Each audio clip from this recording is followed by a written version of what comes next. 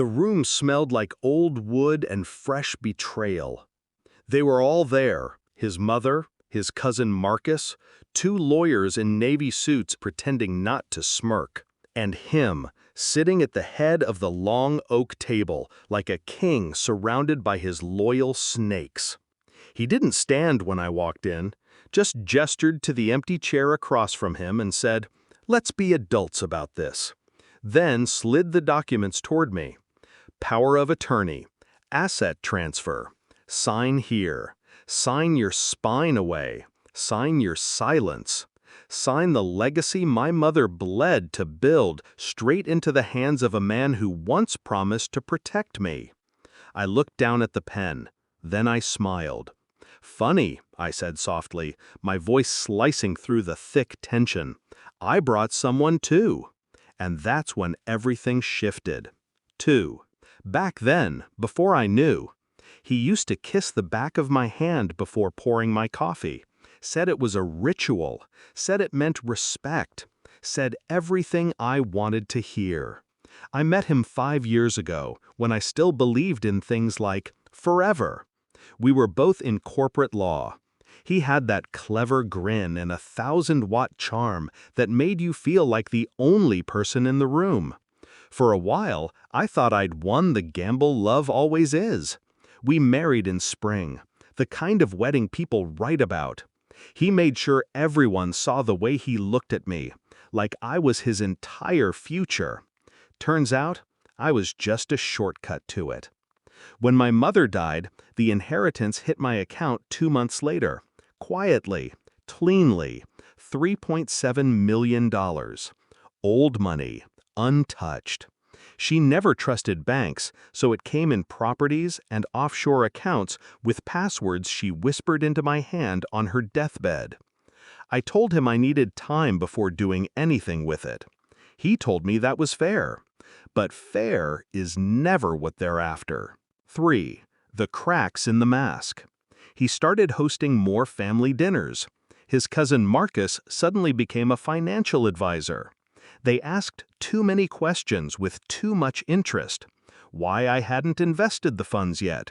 Why the titles were still in my name alone. Why the accounts were locked behind biometric access. Then, one night, I came home early from a flight. He was on the phone in his office. He didn't hear me come in. "She won't budge, but don't worry, we'll make her. It's just a matter of pressure." I stood there, still, frozen, listening to the man I loved conspire against me like I was an obstacle, not a wife, a mark. That night, I didn't cry. I didn't scream.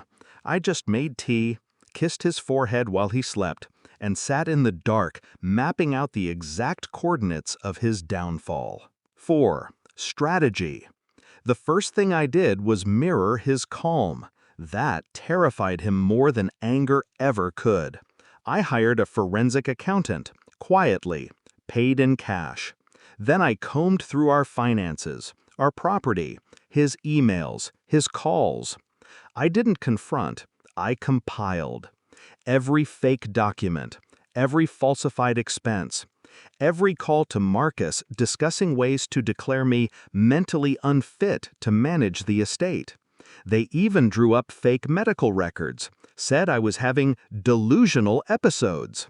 I smiled when I read that, because I'd already filed a motion to transfer our joint holdings into a temporary trust. It froze everything, bought me time, and I made sure he never saw the transfer until it was too late to stop it. Then I found her, the paralegal he'd been mentoring, the same girl who forged my signature on a pre-drafted will I never saw. I paid her more than he ever did. She flipped in a heartbeat, signed a statement, testified in secret, told me everything. And that's when I called my own lawyers, real ones, not the kind who prey on wives, the kind who eat men like him alive. 5. The revenge. Back to the table. The papers were still in front of me. He was still smiling. But there was a flicker now, something unsettled behind his eyes. I leaned forward. "I won't be signing these," I said, placing a USB drive on top of the contract. "But you'll want to." He frowned. "What is that?" "Evidence," I said. "Conspiracy to commit fraud, medical fabrication, asset manipulation, threats, and one very detailed statement from your girlfriend." His face broke before he could catch it. And then the door opened. My lawyer walked in, flanked by a court officer. "We've also filed for a protective injunction," I said, slowly standing, "and an asset freeze. Oh, and you'll be receiving a court summons tomorrow morning, I believe." Marcus swore under his breath. His mother went pale. "And my husband?" He tried to speak, really tried, but the words got caught in the gravity of everything crumbling around him. So I gave him one last gift. I leaned in, close enough for only him to hear. "You could have had me. Not my money, just me. But you got greedy." Then I walked out, heels clicking like a countdown. 6. The release.